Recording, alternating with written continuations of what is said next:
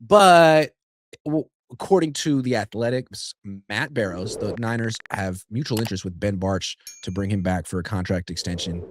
I wouldn't imagine it would be expensive. This guy played 6 games last year and started 2. He's good when he plays, but that's very rare. He's not that old. Maybe this indicates that they are going to give Trent Williams the extension he wants if they're going to go bargain bin at left guard. What do you think of the return of Ben Bartch potentially?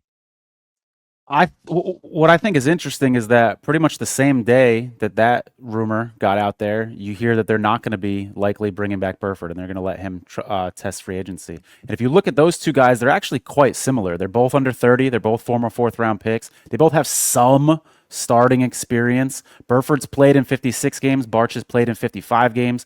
Both of these guys struggled with injuries last season. A lot of similarities, and they're drawing their line in the sand, and they're saying, we like Bartch. We probably want to bring him back, and see you later, Burford. You're good to go. Why do you think they like Bartch better than Burford? Well, when you look at, if you want to pull up his, if you have his PFF grades, he has improved as a pass blocker and run blocker, if you put stock in PFF, since he got to San Francisco. I think they see him as a schematic fit, and that he fits this scheme well, and that they can continue that improvement that they've seen from him. The problem is, if you want to compare Burford with Bartch, I would argue Burford's actually more durable. Burford, his rookie... You're more durable. Bartch... That's the thing, man. This is why they like Bartch more than Burford, because Bartch is cheaper, because Bartch can't stay healthy. If Bartch were more expensive, if Burford were super injured all the time and they could get him for like $3 million, they would love Spencer Burford. The fact Burford's problem is that he's too durable. Yeah. I mean, his rookie season, he started every game his rookie season. I want to say he started 13 games a season after that. Bartch has never done that. That's not a culture fit for the 49ers. We need you injured. That's what makes this decision curious. I do think, personally, I think when both of these guys are healthy, like if you could give me a magic wand and say Ben Bartch is going to start 16 games, which I know is asking a lot, but I think Bartch is a better player when he's healthy. That's my opinion. But the problem is he's not, and he's not out there, and that's a problem when you have Kristaps Porzingis of offensive linemen. That's a good analogy. I like that. I'm just saying. I like that. It's on a team that's the most injured team in football. Come on, what are you doing? Have some self-awareness. Here's the thing: Spencer Burford. He was injured early in the season, but then he had like how many starts did he have? He played well at the end. I mean, well enough. When I say he played well, he started 9 games last year, and I think they were in a row. So that all of a sudden puts you on teams' radar. Like last year, Jalen Moore started how many? Like a month, and he played decently. And didn't get hurt, and all of a sudden people are like, damn, is he a starter in the NFL? Boom, $15 million a year. Aaron Banks was a starter for a few years with the Niners, not even particularly good, got damn near $20 million a year for Green Bay, and they instantly regretted it. Spencer Burford, I feel like, probably showed enough in those 9 games at left guard to get $15 million a year or $10 million a year.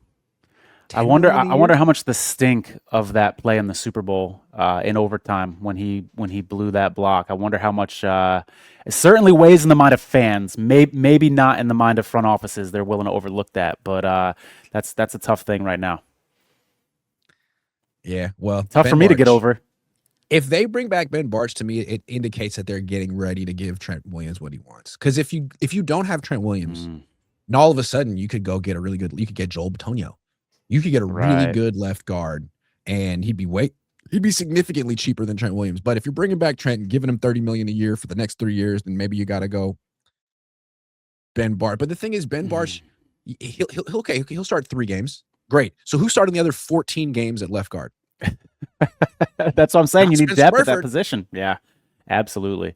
Absolutely. Well, is there, of course, the 49ers are better with Trent Williams, and I'll say that 10 times on this show.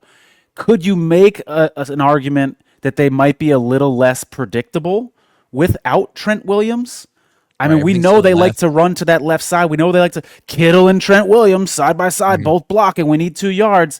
So could there be a little silver lining if he's gone, at least the 49ers, especially in this day and age with analytics? These defensive coordinators know what you like to do. Maybe it makes the Niners a little less predictable if they spread the wealth on that offensive line a little bit.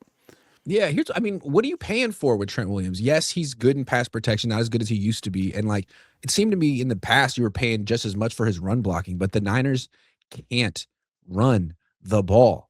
They can't run the ball. So when people talk about George Kittle's blocking or Kyle Juszczyk's blocking or Trent Williams blocking, like, okay, well, where are the results? Whose fault is it that the Niners are like the worst in the league in yards per carry? It's not the running back's fault. It's not the left tackle's fault or the fullback or the tight. So you're bringing back Ben Bartch. You're not changing anything. I don't know. This goes back to my point about the Niners don't have a lot of leverage in these negotiations because the agents can say that to the 49ers. What, you struggle with run blocking and you want to get rid of Trent Williams? That seems like a really bad idea. Yeah.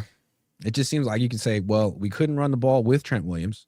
Yeah. Maybe we should stop giving all our money to him and redistribute it around the roster. So, Yeah. I mean, we're going to talk about the run blocking issue in a minute because it's not just the offensive line. Spider says, we suck, bro. No moves, just old wash players. Thank you, Spider. Then he says, due diligence, my due diligence ass team. That's John Lynch's line. Hella funny. All right,